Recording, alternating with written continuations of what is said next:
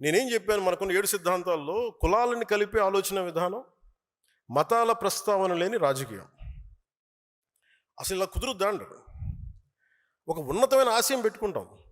దాశరథి రంగాచారి గారు చిల్లర దేవుళ్ళు తెలంగాణ సమాజం గురించి రాసినప్పుడు, అక్కడ నవాబ్స్ అణగారిన వర్గాల్లో మీరు నలిపేస్తున్నారు, వాళ్ళందరూ మేము ముస్లింలు చేర్చుకుంటామంటే, ఇస్లాంలో వాళ్ళని తీసుకున్న తర్వాత కూడా కులాలు పోలేదు.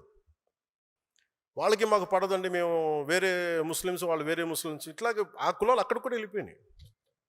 అలాగే ఎథీస్ట్ అని చెప్పుకుంటారు కొంతమంది.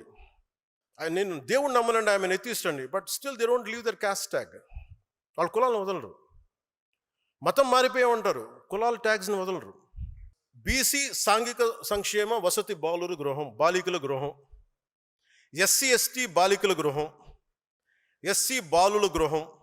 చిన్నప్పటి నుంచి మీరే కులాలను పెట్టి నేను మాట్లాడితే ఇబ్బంది వచ్చిందా మీ అందరికీ?